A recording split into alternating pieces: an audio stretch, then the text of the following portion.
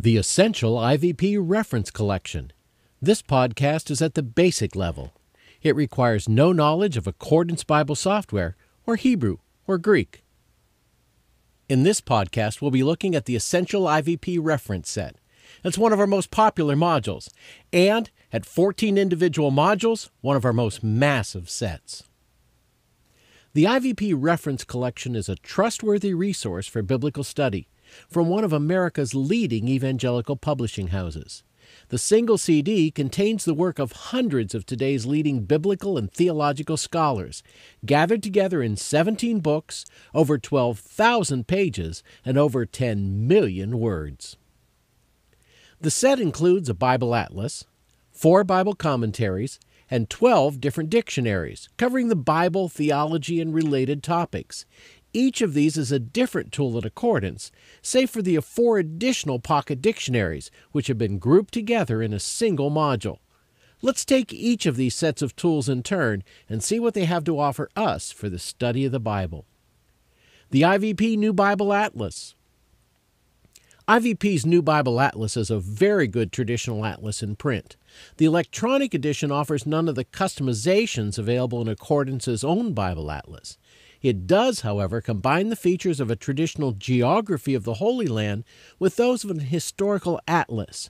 Thus, you can find information on the geology, annual rainfall, and elevation, as well as the various biblical wars and even trade routes.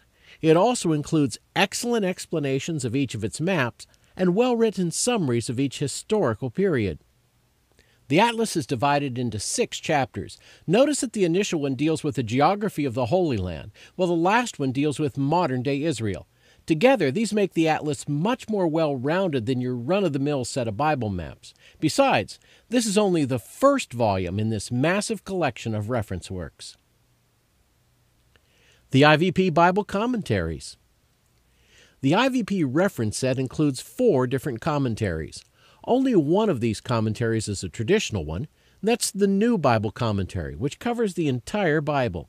It has all the advantages and disadvantages of most one-volume commentaries, as it simply doesn't have room to include more than the most basic information on most Bible passages.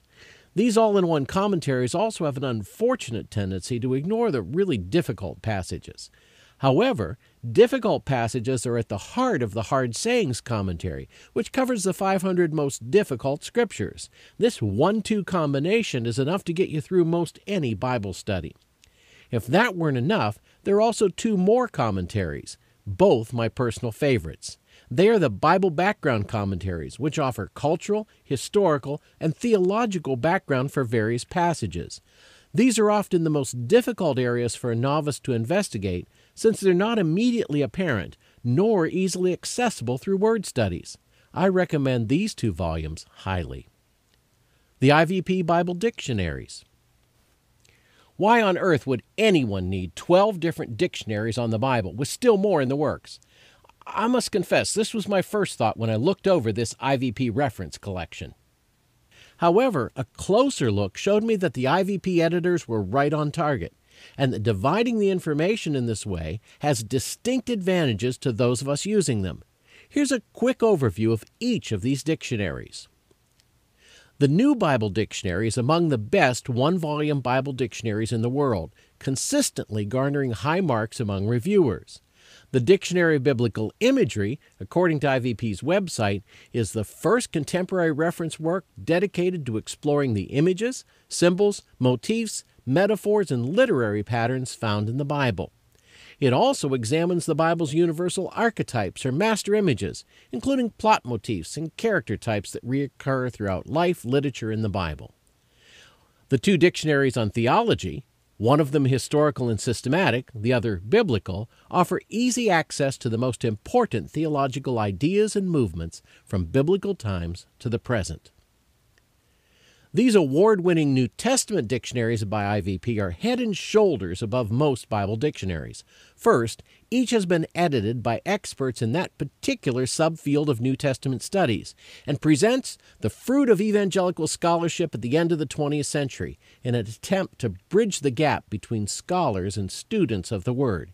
Each dictionary and the articles within it focuses on one group of New Testament books. The New Testament dictionaries are complete, but only 3 of the planned 5 Old Testament dictionaries are done. When the other 2 volumes are complete, in perhaps a couple of years, IVP plans to make them available on a second volume. With all these dictionaries, why would anyone need pocket dictionaries? Because there are times when you only need just a little. The IVP reference includes a pocket dictionary, 4 of them in fact, one each on apologetics and philosophy, biblical studies, New Testament Greek, and theological terms. These are excellent for someone just entering the field or someone who needs a quick reminder of the meaning of a term, the accomplishments of a particular scholar, or an overview of a topic. InterVarsity Press has also released a number of other pocket dictionaries since the CD was compiled. We expect these will also be part of Volume 2. Let's take a look at a single example from 3 of the dictionaries in the IVP reference set, the article on Josephus. The first one is from the IVP Pocket Dictionary. Josephus Flavius, proper noun, a first-century Jew who was appointed by the Emperor Vespasian to serve as a court historian. His works, The Jewish War and the Antiquities of the Jews, provide an important historical background material for the New Testament. Noun, shorthand for the writings of Josephus. You can see what I mean by just a little bit. On the other hand, the New Bible Dictionary has quite a bit longer article. Here it tells us that Josephus was a Jewish historian who was born between 37 and 38 AD and died early in the 2nd century. He was the son of a priest named Matthias of the order of Jehoiarib and claimed kinship with the Hasmoneans who belonged to that order. And you can see that the article goes on for some length after that. Now let's switch to the Dictionary on Jesus and the Gospels.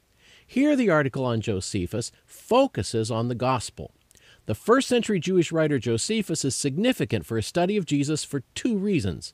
He provides the major, and virtually the only, contemporary Jewish account of the history and conditions of the period leading up to and including the New Testament era, and, in one form or another, if they are from his pen, his references to John the Baptist, Jesus, and the death of James the Just, the relative of Jesus, are the oldest non-Christian references to Christianity.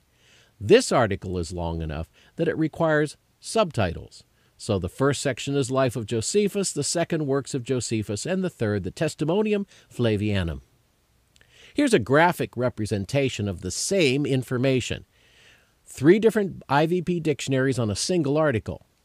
The Pocket Dictionaries article is only 46 words long, the New Bible Dictionary just over 1,000, and the Dictionary of Jesus and the Gospels over 2,700.